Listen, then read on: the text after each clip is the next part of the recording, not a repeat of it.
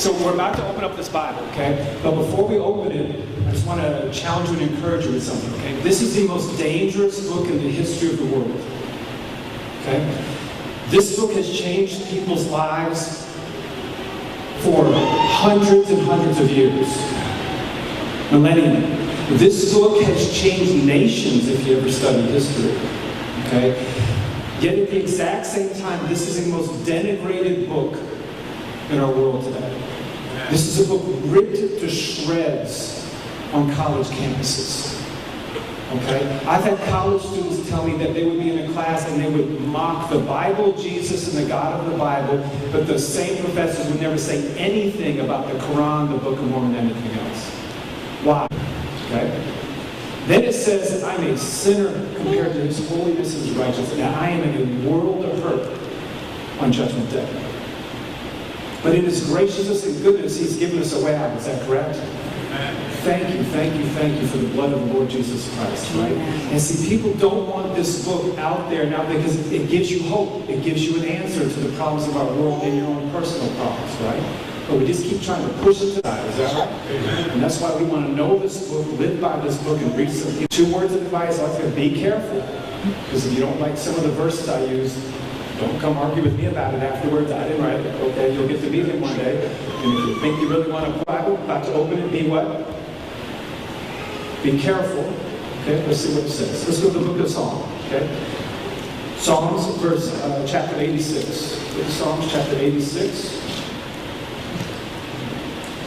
And let's go to verse 15. Psalm 86. Verse 15. Okay. And it says, "But thou, O Lord, art a God full of compassion." Talked this morning to me about compassion, okay? "And gracious, long-suffering, plenteous in mercy and truth." Isn't it nice to know there's a gracious, compassionate God waiting for us when we take the last breath? That is very exciting to know, right?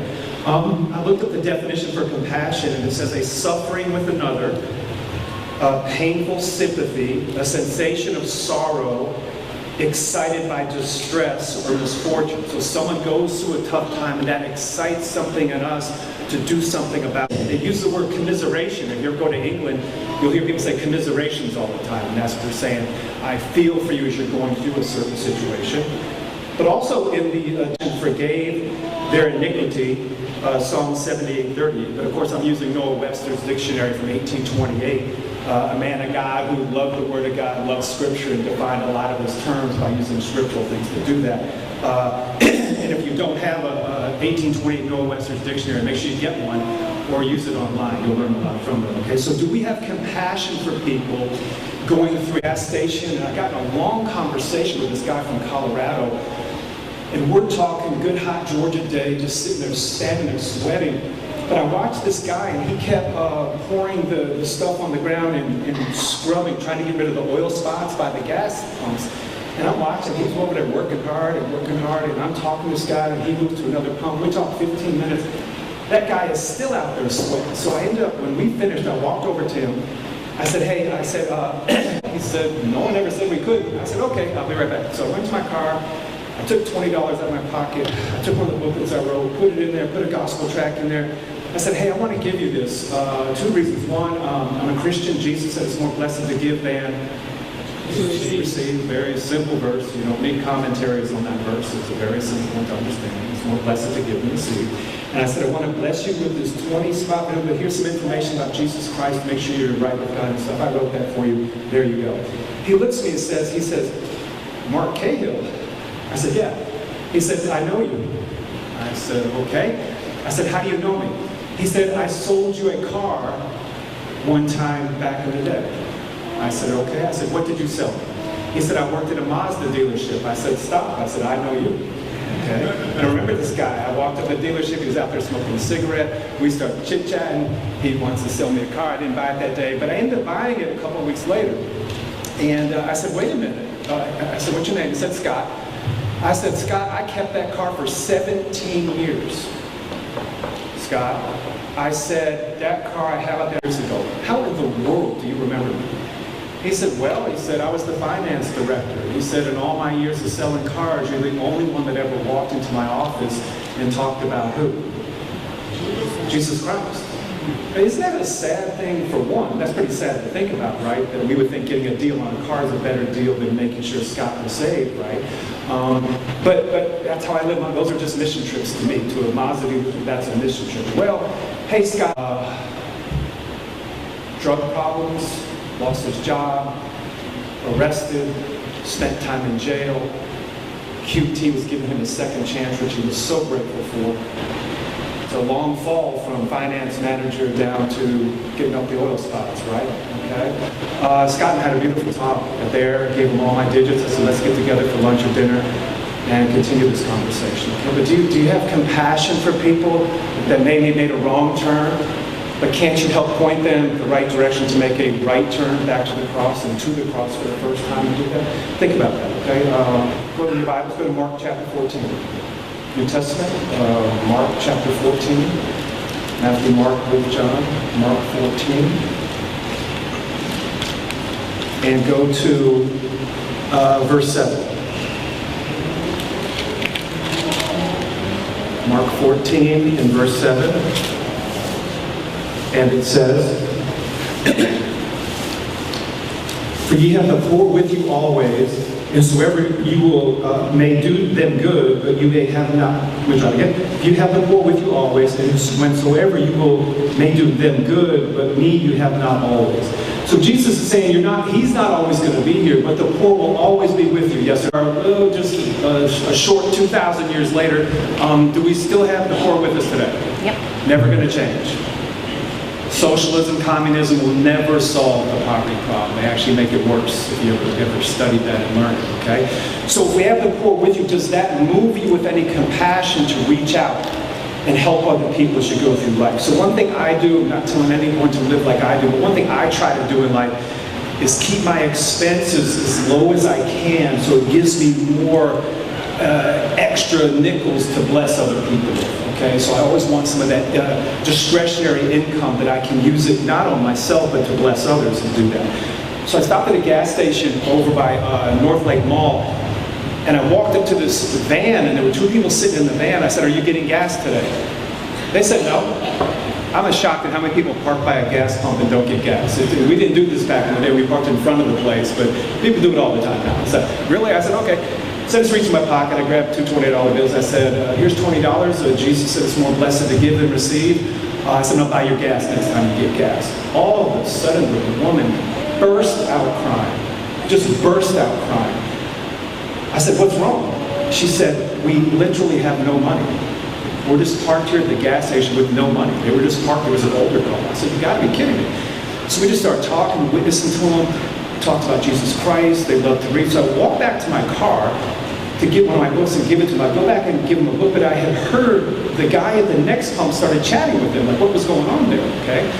So when I got done with them and finished, I walked over to this guy, Luis, and I said, Luis, well, what were you talking about? So we just started talking and stuff like that, and I explained that I'm a Christian. I just try to represent Christ the best I can anywhere I go. Fail miserably at times, but we serve a merciful, gracious God doing that, okay?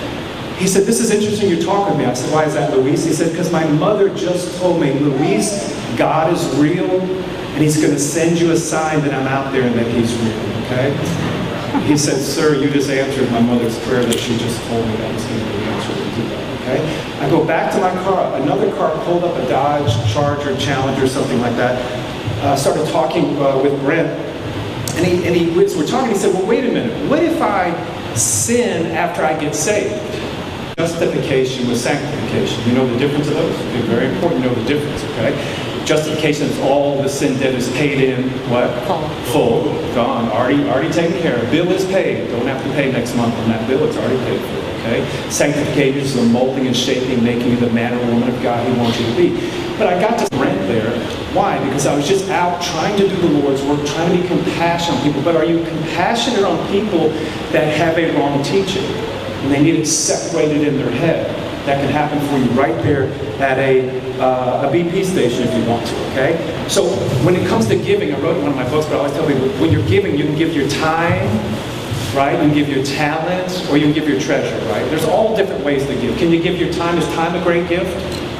Time's a great gift. I got a text message from someone last night, hey, I need some help, I said, hey, let's go out to eat. Well, what I didn't know was going to happen was the 23-year-old guy that texted me is extremely suicidal, very, very suicidal. And it wound up being a 3-hour conversation last night, okay, at a restaurant and somewhere else.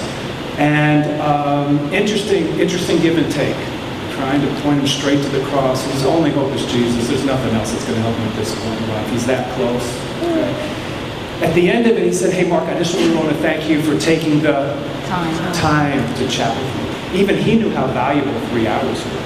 Okay, so you can give time, you give talent. If you're good at a certain subject at school, help someone in the class that's a lost person study for an exam or test, that's giving your talent. Or if you've got some extra nickels in your pocket, giving some treasure to bless somebody, okay? It never has to do with the amount. Giving's a heart issue, right? Giving has nothing to do with what you give. It's a heart of compassionate issue to do that, okay? I'm just going to read this verse for you. 1 John 3:17. But whoso hath this world's goods, and see his brother have need, and shut up his bowels of compassion for him, how dwelleth the love of God in him? Okay? If we see somebody in need, we need to be doing something about it if we can. I came home probably 2 weeks ago where I live at, walk with like a 2-foot-high brick fence, stone fence there, a stone wall. And I said when they build, I said, people are just going to sit there, okay, and enjoy life or whatever. They're going to be fun to chat with. So I pulled in late this night, and I saw a guy sitting there. And it's not a place to sit, okay, because about 20 feet away, maybe 30, a week earlier, there was a murder right there in front of the liquor store, okay, and police everywhere, bullet cases everywhere. I live in a fun place. And this guy is sitting there late on some night, Friday or Saturday night. I said, no, this isn't good, okay? So I drove down, did a U-turn, came back, rolled down my window. Now, I'm talking to somebody late night on the street, right?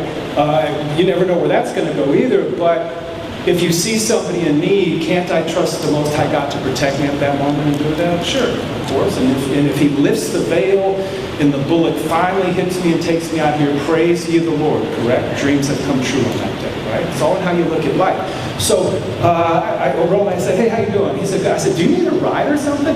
He said, yeah, I do actually. I live way up in those apartments over there. And he was an older gentleman, and I said, well, hop in the car. And so he hops in the car, and he had just gotten his liquor from the store over there, and we drove over there and ended up parking in front of his apartment. Wonderful, wonderful 20-minute conversation about Jesus Christ. Okay? He liked to read, gave a couple of books I did and stuff, like just planting seeds and doing it. But do you have compassion on people that it's even difficult for him to walk that far? Okay, but we care enough to do something about that when it's all said and done. Remember the prodigal son, right? Luke 15, right? The father saw him and had what? Compassion on his son, okay? How's the compassion meter going in your life? More compassionate, less compassionate than you were yesterday? How about a year ago? More compassionate? Heart getting hard? As you see people out there, crazy world in 2023, is it not? It's a crazy little world, right? Ever been compassionate and been taken advantage of? Never happened to you? Goes with the territory. Goes with the territory. You're going to stop being compassionate? Our Most High God hasn't stopped being compassionate. Just goes with the territory. Don't worry too much about it. Go to Matthew chapter 9. Okay, Matthew 9. Matthew, Mark, go back to Matthew 9. Go to verse 36.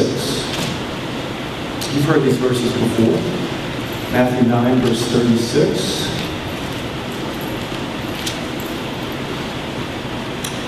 And watch what it says. But when he saw the multitudes, he was moved with what? Compassion on them, because they fainted and were scattered abroad as sheep having no shepherd. Then he saith to his disciples, the harvest truly is plenteous, but the laborers are few. Pray ye therefore the Lord of the harvest, that he will send forth laborers into the harvest. Okay? The harvest is the lost souls out there. Who are the laborers? Who is that? That's us. That's exactly right. That's us. Okay? Do you have a compassion on people so going the wrong direction for all of eternity that you literally want to go do something about that? Okay?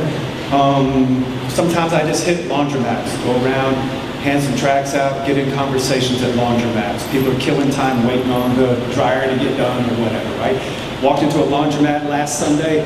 A lady looks at me and says, I don't want one of your gospel tracts this time, and I didn't want it a week ago when you tried to give it to me. Okay, well, that's her choice, right? I can't forget her. Probably never going to forget her. That causes me to what? Do what for her? Pray for her, right? That hard heart today may not be a hard heart a week from now. We don't know that. But I need to have compassion on people like that. That laundromat right over there. 2 Sundays ago, got in a conversation with a 25-year-old guy in there. We ended up sitting in my car for a while with some AC. We needed some AC. It was one of those hot days. We start talking. 25-year-old, extremely suicidal. 3 different times he's taken his car and run it head-on into another car. One time was a truck, 18-wheeler head-on. I said, what injuries do you have? Bump on the head, crack of the small of his spine, but no paralysis, nothing. 3 different times took a handful of pills and took the pills trying to kill himself. Did not die. I said, young man, you must be a cutter too. You know what cutting is? If I say cutting or cutters, okay? And so I grabbed his wrist and I just turned his hand over. And his forearms had all these cuts on it.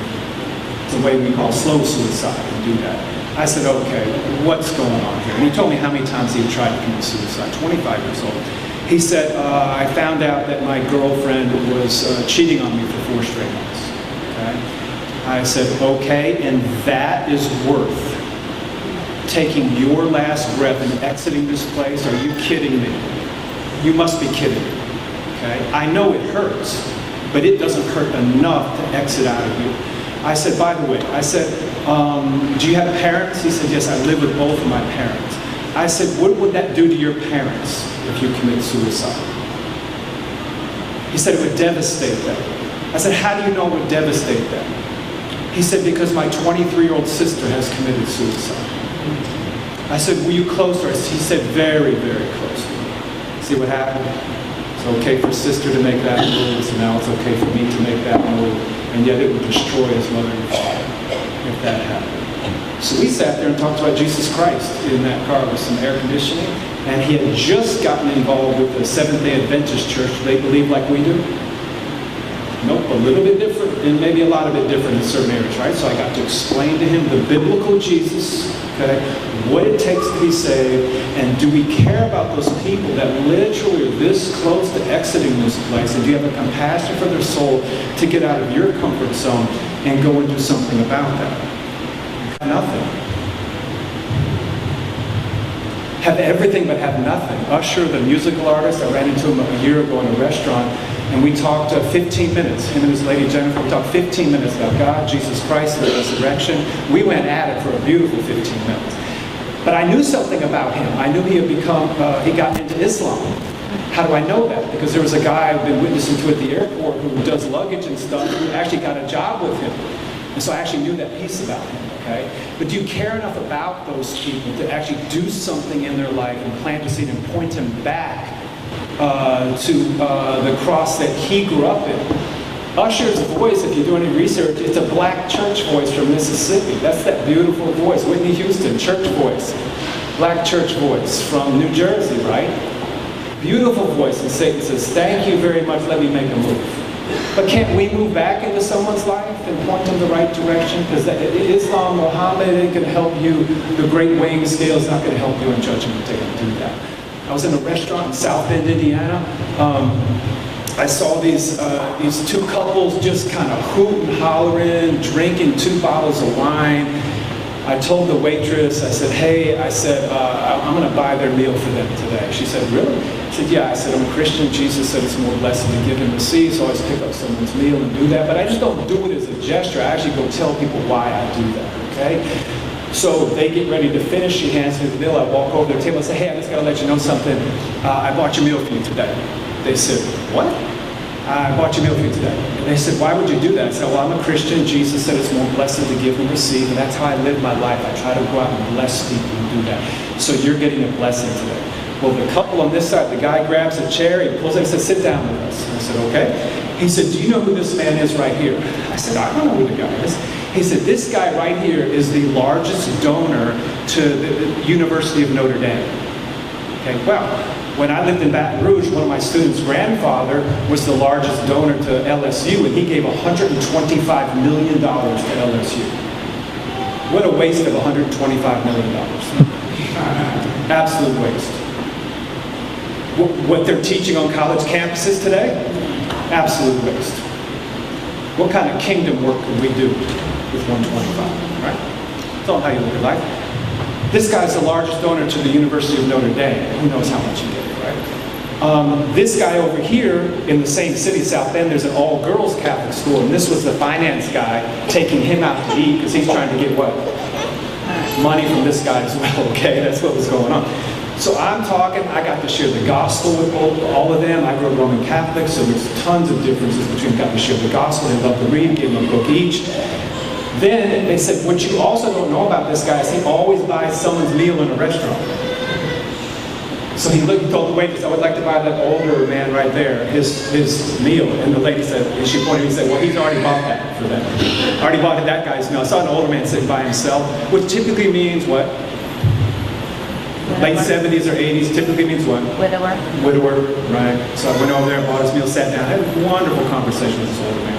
So then this guy goes, he says, give me that table way off in the corner so he can stick somebody out there to buy it. Well, he does that to feel good about himself. I don't do that to feel good about myself. I do that to try to represent Christ well. And then it always, maybe once or twice maybe, but 100% that opens up the door to share the gospel with people. Because those two couples are going to die with a lot of money, but if they're not born again and saved, they have literally wasted your entire life. Okay? Think about that, okay? All right, let's do this and we'll close up. I'll just read this one for you. Psalm 145, the Lord is gracious and full of compassion, slow to anger, and great mercy. Hey, how do you like this? The Lord is gracious. You like that part? Full of compassion, slow to what? Anger, and of great mercy. Anybody looking forward to the first time you get to see him face to face? Anybody looking forward to that? I had an atheist tell me one day at Music Midtown downtown, he said, I can't wait to die. He pointed his finger, he said, I've got so many questions for God. He's got to point his finger. I said, no you don't. He said, what? I said, no you don't. So what do you mean? I said, sir, the first time you see a holy, righteous, pure God, you will go face down in front of him and realize you have no questions. Okay? You should have repented and believed upon him. You should have seen his face when I said that, because that's what's going to happen on that day to do that. All right, last verse, go to Hebrews 9. I'm going to close it up for you. Hebrews chapter 9. A verse all of you know, but it just got me thinking as I was putting this talk together. Hebrews 9 and verse 27. Hebrews 9, verse 27. And it says, and is it appointed unto men how many times to die? Once. Once. That eliminates what religious belief system that says you get many, many chances dying? Which one? Reincarnation.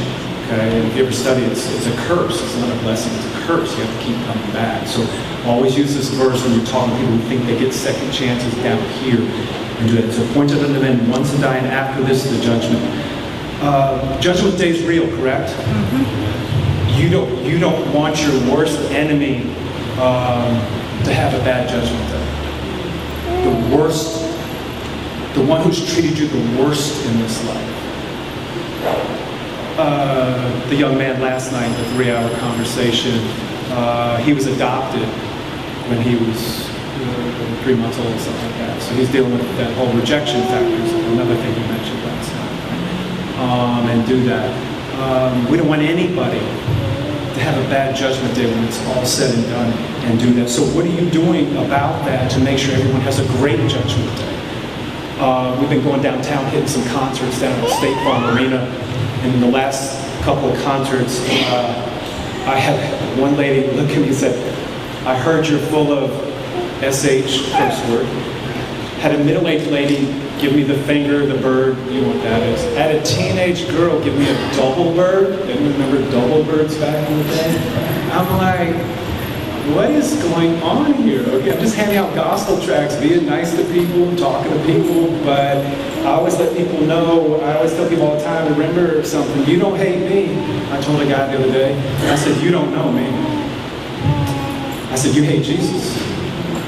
That's the problem.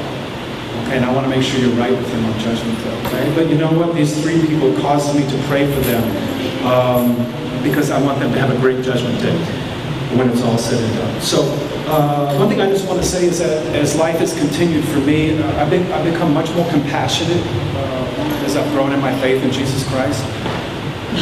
One of the things I think should be a prerequisite to be ordained is being a compassionate man of God. I just think it should be one of the prerequisites for that. Deep, I just want to say, is the years I've known you, a very, very compassionate man of God. But one thing I've also noticed is your wife, Ritu, Stephen, Simon, the whole gang is compassionate. And to me, that is one of the signs of God. You may argue with the truths of God, I tell people, but you can't argue that the love of God that people show you. You can argue with the truths, you can't argue with the love, the compassion that people show you. So I just want to encourage you as you're being ordained today. Very compassionate man of God, as a family, as a father, as a businessman. Don't ever lose that. And let God even make you more compassionate in the days to come. And so the more compassion we have for others in these final days, the better this compassionate use that we can share the gospel with people.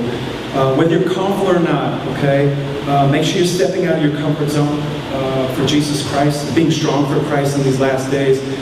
You will not regret it here, and you will not regret it on Judgment Day either. Okay?